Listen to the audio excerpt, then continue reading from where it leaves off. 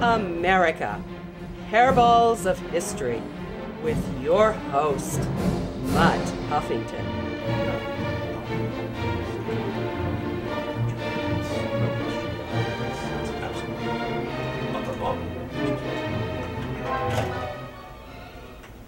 Good evening. I'm Mutt Huffington, and this is America, Hairballs of History. We have a story for you tonight, an aperçu into the lives of two of our founding fathers. Learn about George Washington's wooden teeth and how they got that way, not to mention Thomas Jefferson. Sit back, switch off your brains, and turn on your minds. Risk enlightenment from another episode of America, Hairballs of History. Hello. Yes, I'm back. Yes, I'm sorry we got cut off earlier.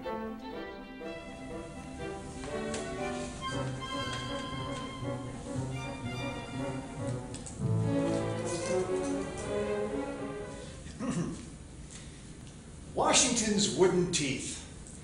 A report to the Smithsonian. It is a little-known fact that George Washington died of lead poisoning. So this report concerns itself mainly with Thomas Jefferson's lead condom. Washington lost his teeth from blowing Jefferson, who invented it because the father of our country had syphilis. That's why he looks the way he does on the dollar bill.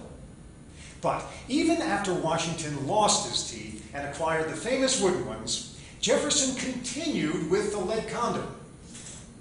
He didn't want to get splinters. He hadn't yet gotten to be president, though he had a lot of illegitimate children.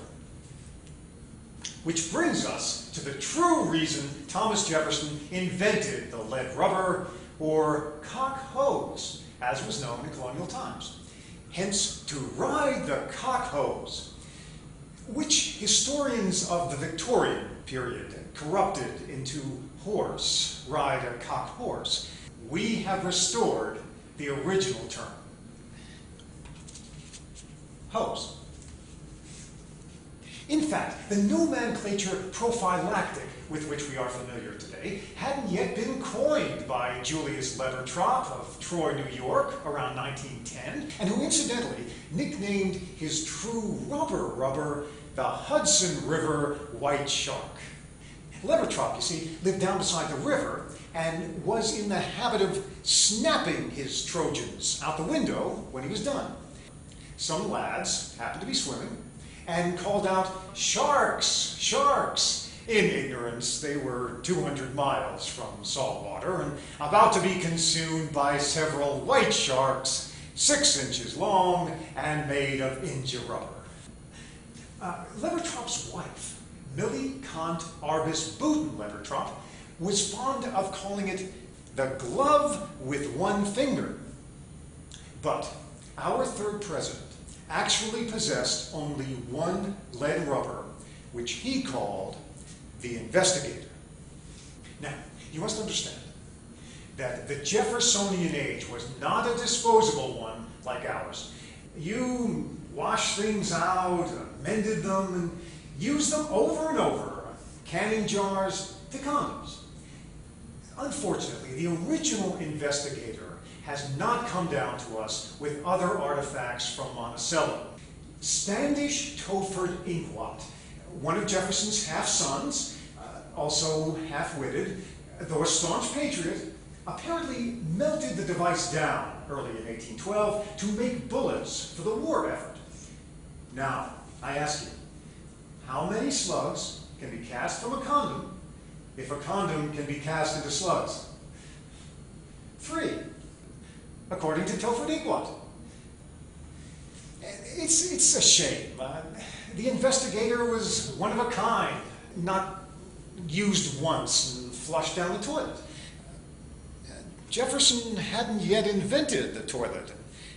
Even if he had, I'm sure you see a lead rubber would hardly flush down it, even if it had. No, The investigator was carefully reamed after each use, much as the old muskets were reamed, and given a coat of bear grease. A peg thrusting out of a Monticello wall was for historians a long-time mystery. Hang the cock hose on when not in use. When his invention sprang leaks, Jefferson torched it. That is, lightly flambéed his cock hose in the flame of a Bunsen burner. Peter Havissack Bunsen, incidentally, lived as a mulatto child in the Jefferson home and may have invented the burner named after him to solve the problem of the leaky investigator, because this problematic device had resulted in his own conception in the first place. But this is hypothesis. We don't know indisputably that Havissack Bunsen was one of Jefferson's illegitimate children. In fact, it seems unlikely, as he was a dwarf and much older than formerly assumed. In fact, he may have been older than Thomas Jefferson, which opens the intriguing possibility that Havissack Bunsen was Jefferson's father. But perhaps we're getting ahead of our story.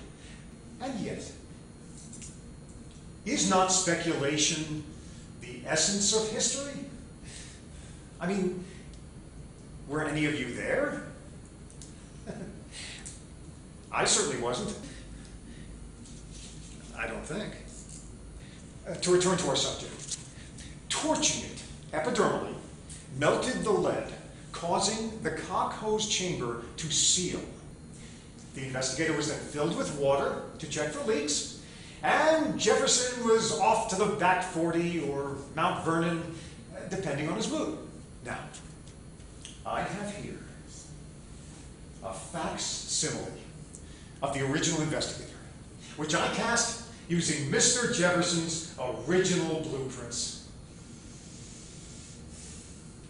It is infamously prone to leakage, in addition to the difficulty of maintaining myself within.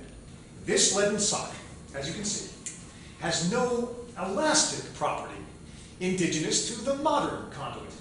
Though once cast, it is undeniably durable and maintains its erectile form. Naturally, Jefferson cast it erect. What would have been the point of a rigid, limp cock hose? And now we come to an intriguing physio-historical question. How did Jefferson keep the investigator in place during operation? I have a theory.